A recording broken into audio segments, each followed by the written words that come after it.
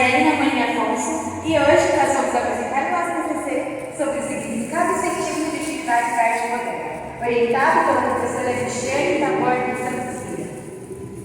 Antes de entendermos o significado e o senso de utilidade que a arte vai ganhar no modernismo, é muito importante primeiro entendermos o que é arte.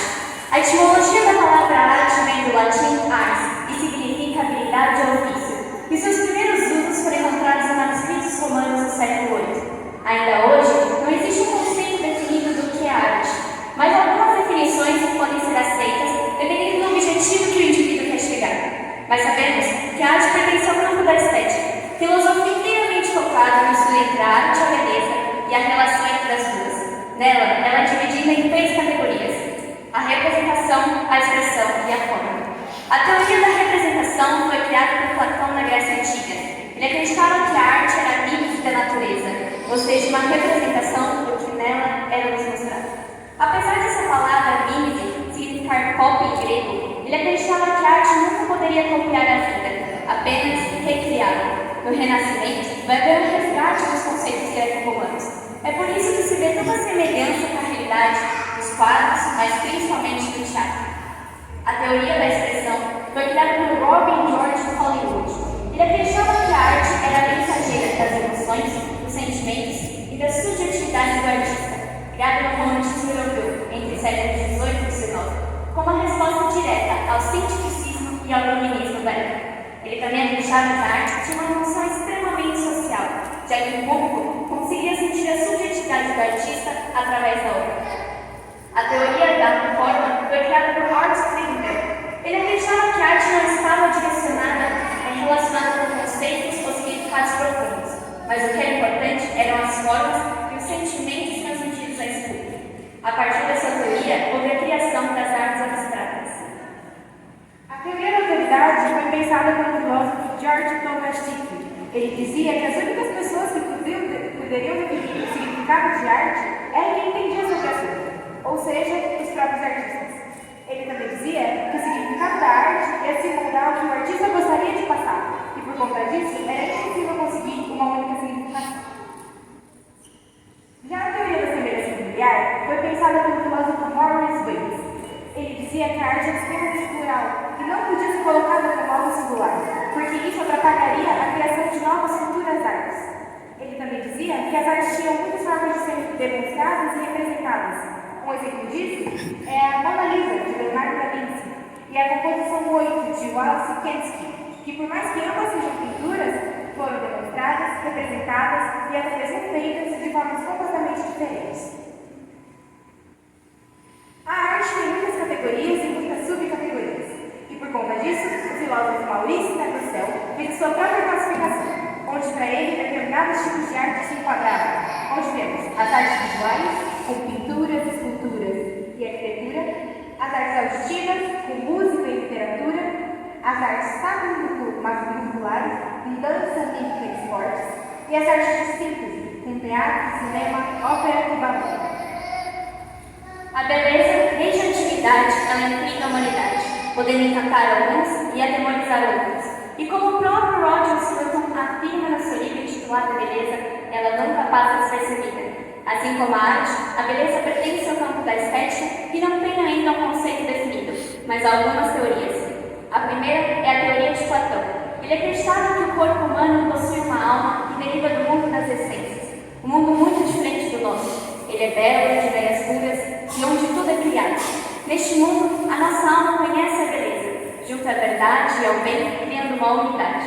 Quando a nossa alma migra para este mundo, ela passa a sentir saudades da beleza e a procurá-la em todos os lugares, por meio da harmonia, da simetria, da ordem e da proporção. Encontrou então na arte uma forma de reproduzi-la e reencontrá-la, já que ela não consegue sobreviver sempre. A teoria de Plotin e Schiller vão seguir a mesma linha de Platão, mas eles vão complementar, dizendo que a beleza é intrínseca, ou seja, ela não depende de um objetivo prático exterior. Ela também é absoluta, ou seja, eterna. Ela não nasce e não morre, não se expande e não diminui. Ela também é universal, ultrapassando a cultura, sendo que a beleza de diferentes obras de arte devem ser julgadas de forma individual, levando em conta essa beleza. A beleza, ela não tem e não precisa de uma utilidade prática. é como a igreja de São Salvador em Chora, que foi construída primeiramente como uma igreja católica, passou a ser uma mesquita e posteriormente virou um museu. É perceptível que a sua beleza se transformou conforme o tempo, a sua utilidade se multiplicou conforme o tempo, mas a sua beleza permaneceu. Dessa forma, a beleza é um consolo para a vida prática, já que a vida seria muito vazia se decidíssemos viver apenas com aquilo que é útil e necessário. A teoria kantiana é muito diferente das anteriores, porque Kant acreditava que a beleza era um prazer desinteressado, ou seja, relativo e imutável, onde só o próprio indivíduo, com o seu gosto, o seu olhar e o seu próprio juízo, poderia decidir a beleza daquela obra. Esse pensamento foi muito utilizado no modernismo para sustentar a ideia de que não existe arte bela ou feia. Dessa forma, o artista perde o mérito da sua obra ser considerada parte da arte. E acontecem episódios, como o italiano Salvatore Garau, que vendeu o sono, uma escultura invisível, por aproximadamente R$ 93.000. Agora eu vou falar sobre a linha do tempo da arte, para que vocês possam entender como é que a gente chega até a arte moderna. Tudo começa lá na arte pré-histórica, antes mesmo do ser humano ter inventado a escrita. Ela durou de 40.000 a.C. até 4.000 a.C. E a principal arte predominante na época eram as artes rupestres, que eram pinturas feitas nos interiores de cavernas com tintas naturais. Essas tintas podiam ser materiais diversos, como carvão, argila de várias cores e até mesmo roupa de sangue. Os antigos homens faziam essas pinturas porque eles acreditavam que tudo que fosse desenhado se tornaria real, como uma forma de manipular o seu futuro. Após isso, temos a arte antiga, que durou de 4.000 a.C. até 400 depois de Cristo. Nessa época, eram alguns tipos de arte predominantes, sendo elas as artes mesopotâmica, egípcia, grega e romana. A arte egípcia era uma arte funerária, ou seja, ela era completamente dedicada aos mortos. A arte mesopotâmica sempre representava história, política e religião. A arte grega estava sempre em busca de perfeição e beleza, e também retratava muitas figuras mitológicas. A arte romana também tinha esse foco de perfeição e beleza, porém ela se desenvolveu principalmente na arquitetura.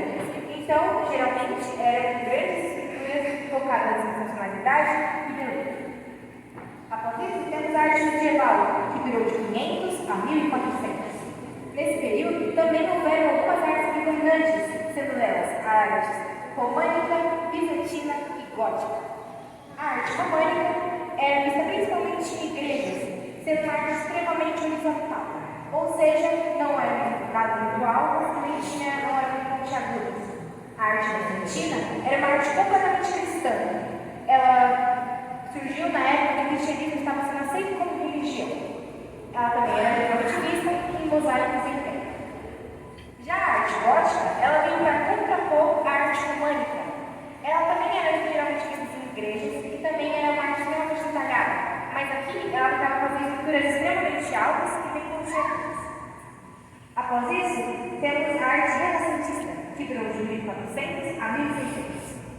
A arte renascentista tentava resgatar os princípios clássicos da arte, ou seja, a beleza e a perfeição. Porém, aqui eles tinham uma nova tecnologia, a perspectiva. Nessa época também, o homem estava desenvolvendo muitos seus pensamentos e surgiu o antropocentrismo. Logo, o homem passou a ser usado como inspiração nas obras de arte. Após isso, temos a arte barroca, que durou de 1600 a 1750. O que mais marcou esse tipo de arte era a sua dramaticidade. Ela surgiu no contexto da Contra-Reforma e do colonialismo. Por mais que ela não seja uma arte muito constante, geralmente ela retrata figuras religiosas ou pessoas com um rosto extremamente dramático. Após isso, temos a arte neoclássica, que durou de 1750 a 1850. Novamente, aqui eles tentavam resgatar esses princípios clássicos da arte de beleza e perfeição. Mas aqui eles faziam isso tentando sempre representar pureza, simplicidade e equilíbrio. O que mais se expressou no tempo foi o iluminismo. Após isso, temos a arte do realismo, que durou de 1850 a 1900. Aqui seu nome é bem literal. Eles tentavam mostrar o mundo de uma forma menos romantizada, de uma forma mais próxima possível da nossa realidade. Dando continuidade à linha do tempo, após a arte do realismo vai surgir a arte moderna, no começo do século XX, quando o mundo passou pela Primeira Grande Guerra, deixando cicatrizes profundas nas pessoas e mudando a forma como elas veem este mundo. provocar nos jovens o sentimento exacerbado de querer inovar e quebrar com as regras, principalmente na arte, já que as profissões artísticas antes desse movimento eram influenciadas pelas escolas neoclassicistas, que tinham regras, formas e hierarquias de temas a ser seguidos. Eles vão então romper a relação que existia entre a arte e a beleza, porque eles vão acreditar que essa beleza é mentirosa e uma fuga da realidade, e a arte agora deveria imitar a vida, e a vida nem sempre é bonita. Eles vão então se aproximar do pensamento kantiano sobre a beleza ser relativa e o significado de arte com a de George Dee, em que cada artista manipula o conceito da arte para se encaixar no objetivo que ele quer atingir.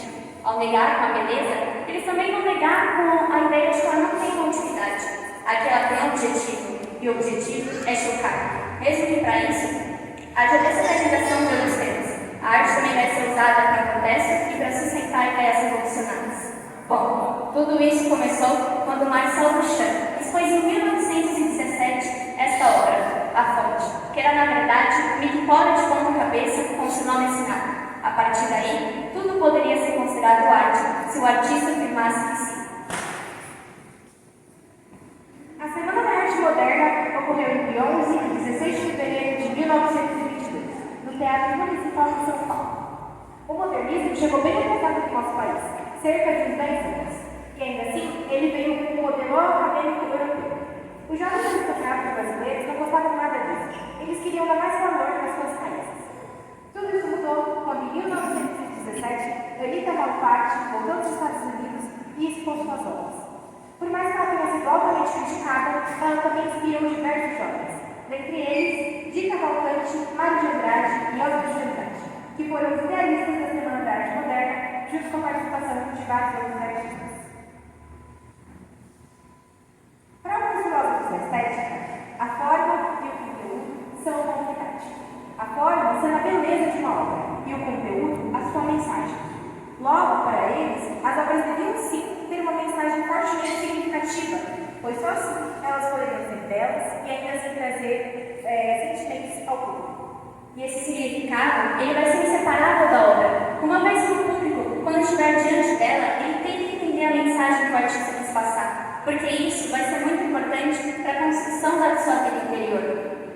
E essa mensagem, ela não pode ser traduzida também para a linguagem, porque, por exemplo, eu não posso escrever uma escultura em uma poesia, ou, por exemplo, explicar uma poesia em um texto em prosa, sem que eu perca algo muito importante da essência dessa obra.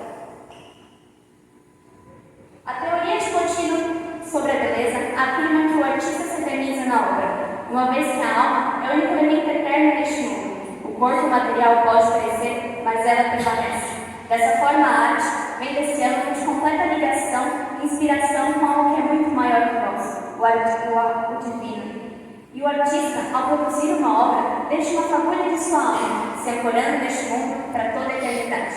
Consequentemente, ao estarmos diante de uma obra, podemos nos encantar, nos deleitar e nos comover, porque a nossa alma encontra o brilho da alma do artista. É como quando estamos diante dessa obra, Davi de Michelangelo. Por um segundo, podemos nos sentir grandiosos, por estarmos diante da essência de um grande homem, que transfigurou o seu amor, o seu talento e seu intenso estudo no mármore. Ele colocou tanto de si em Davi, que a qualquer momento ele poderia ganhar vida. O Retrato de Dorian Gray foi um livro escrito por Oscar Wilde em 1990. Nesse livro, Wilde deixa clara sua visão sobre a arte, já que logo no prefácio ele afirma que toda forma de arte é inútil. Ao longo da narrativa, nós vamos entender que o que ele queria dizer é que sim, a arte por ser bela, ela é inútil, mas é por não possuir uma utilidade que ela se torna tão necessária, porque ela faz com que nós reconhecemos que nosso próprio valor não está nos objetivos práticos da vida. A narrativa vai contar a trajetória do jovem Dorian Gray. Ele pertence à sociedade londrina do final da era vitoriana no século XIX. Dorian é muito bonito, encantador e até tão ingênuo. Ele tem a sua beleza registrada em uma pintura pelo seu amigo Basil Hallward, mas influenciado pelo Lord Henry, ele passa a invejar o quadro, uma vez que ele permanecerá jovem e bonito até mesmo depois da sua morte. Ele faz então pacto, em que a sua alma é transfigurada pelo quadro. Após anos, Dorian permanece igual, jovem e bonito. Mas o quadro, escondido em uma pequena sala da sua mansão, revela um rosto feio, envelhecido e com todas as marcas da sua privacidade. Cansado de olhar para a tela e ver a sua crueldade refletida, ele acaba esfaqueando. E ela então volta com todo o amor e a beleza que fez o haver pintado. E ele é encontrado morto e irreconhecível pelos seus empregados. Neste livro, Oscar Wilde deixa claro a imortalização da alma humana na arte. Ele também faz uma defesa à beleza. A valorização da arte muda muito com o tempo, indo de algo contemplável a algo meramente estático. Conseguir qualquer valorização do mundo artístico hoje em dia é um trabalho extremamente difícil. Isso ocorre porque não é apenas uma pessoa que escolhe quem vai ser lembrado ou não, e sim a sociedade como um todo. E, infelizmente, a sociedade caminha para ficar cada vez menos crítica.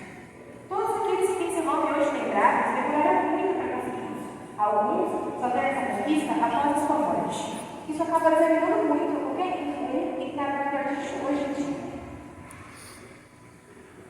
Tem épocas da vida do homem que se entra em uma rotina. Ficar muito tempo preso nessa rotina pode fazer tanto mal físico quanto psicológico.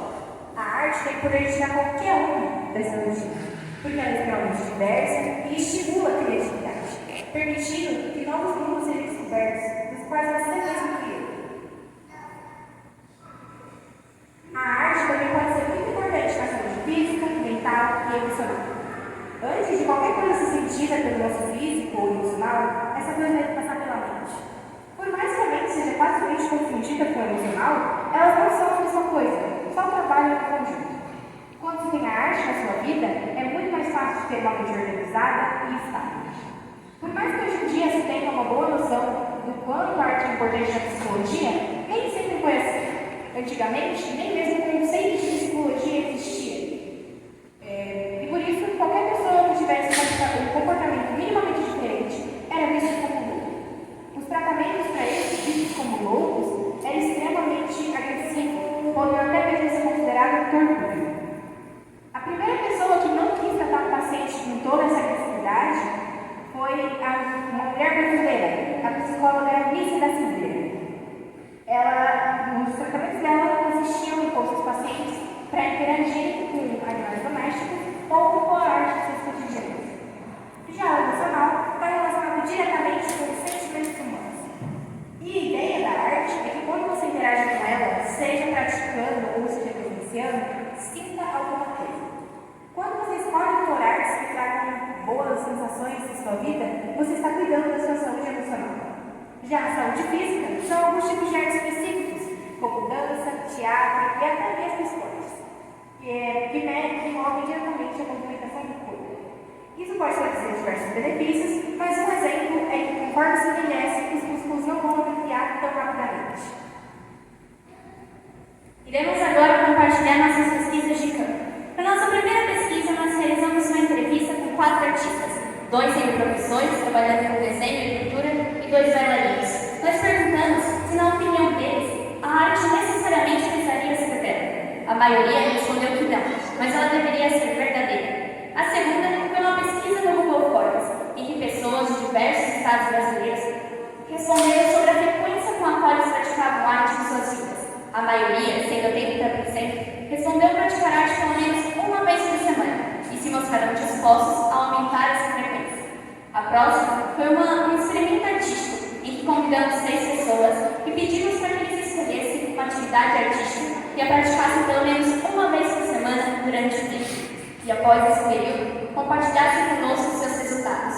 Nós compreendemos que então a arte tem um impacto significativo na vida das pessoas, podendo diminuir a tristeza, o estresse, a ansiedade, deixando as pessoas muito mais alegres, satisfeitas, conectadas e criativas consigo mesmas. A próxima foi uma visita ao Museu Máximo, ao Museu de Arte de São Paulo Assis Chateaubriand, que se localiza na Avenida Paulista. Ele está aberto das quartas-feiras aos domingos, tendo uma entrada completa de R$60 e para professores e estudantes idosos apenas 30. Às terças-feiras, a entrada é gratuita. Nós compreendemos que R$60 pode ser um valor muito acima do esperado para algumas pessoas e que se houvesse pelo menos mais um dia gratuito no final de semana, tornaria essa experiência mágica de vislumbrar uma obra pessoalmente muito mais acessível, já que o museu por si só já reúne pessoas de diferentes faixas etárias e culturas. Ele também tem um acervo muito diversificado, tendo obras que vão desde o Renascimento até obras indígenas contemporâneas. O museu também tem um cuidado exacerbado ao preservar as suas obras, mantendo luzes e temperaturas específicas, vidros e guardas ao redor para evitar o vandalismo. Concluímos então que a arte ainda não tem um conceito definido, mas algumas definições que podem ser aceitas dependendo do objetivo que o indivíduo quer chegar. A partir de um significado da beleza, a relação entre ela e a arte vai se modificar. Sabemos que na maior parte da história da arte ocidental, a beleza intrínseca foi entendida como base das criações artísticas, mas a partir do modernismo, vai haver um rompimento entre elas, porque essa beleza vai ser entendida como enganosa, e a arte agora precisa ser compatível com a dura realidade da vida, expô-la e fazer uma crítica a ela. Com isso, a utilidade da arte se modificou. Antes não era necessário um objetivo, mas sim um subjetivo. Porém, a arte nunca negou a realidade, visto que acreditava que não era possível imitá-la com perfeição, apenas transfigurá-la. Dessa forma, devemos nos conectar uns com os outros com a nossa própria arte, pois só assim conseguiremos trazer felicidade e alegria aos nossos cotidianos. Gostaríamos então de finalizar com essa frase, que reúne tudo aquilo que nós gostaríamos de compartilhar. Ela diz: a arte conecta o ser humano, a beleza, a alma e ao divino. E com isso, encerramos a nossa apresentação de TCC e agradecemos a presença